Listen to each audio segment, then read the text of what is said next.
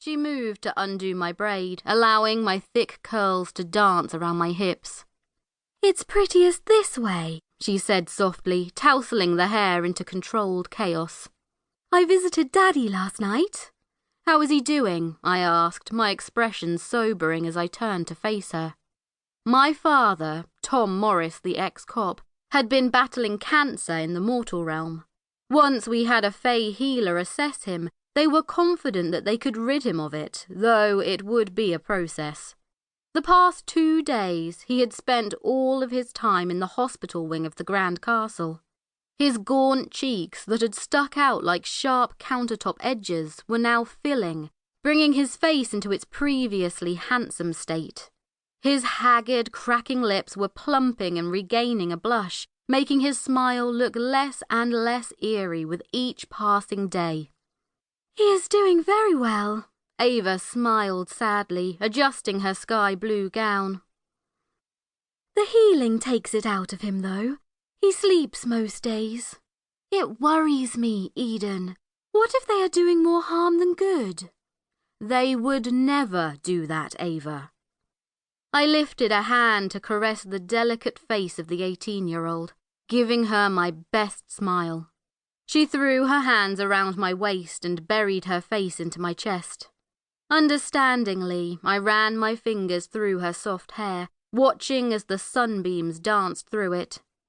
Dad is in great hands right now, and soon he will be back to his former glory. Have faith, little one. Ava nodded, though I could feel hot tears seeping into the linen at my breast.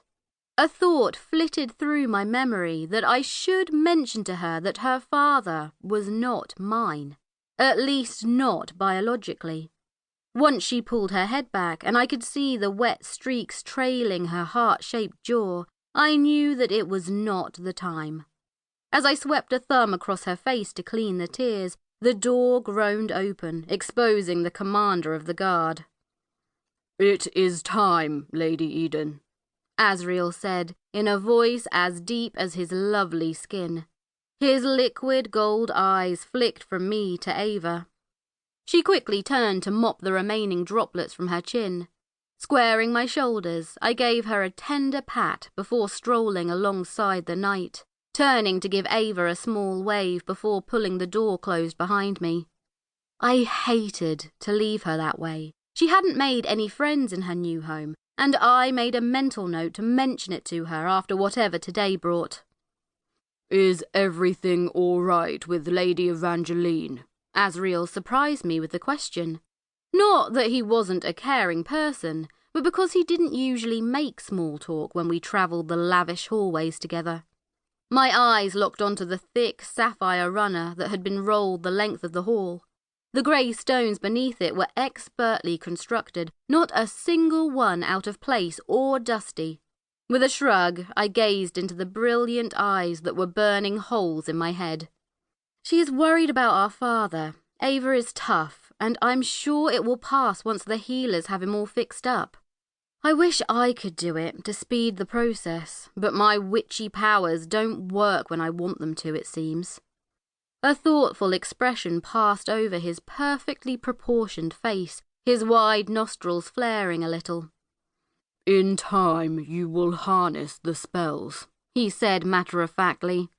"You have already done much more than you should be able to, given that you were not raised with proper training." "Proper training?" I snorted. I hadn't been raised with training at all, or even the knowledge of what I was. What my mother had been. Azrael gave me a rare smile, one that looked beautiful on him. I absently thought that he should do it more often, forgetting that he could read thoughts. "You think I'm beautiful?" he teased. Another rare occurrence. We turned down another corridor, getting closer to the council room.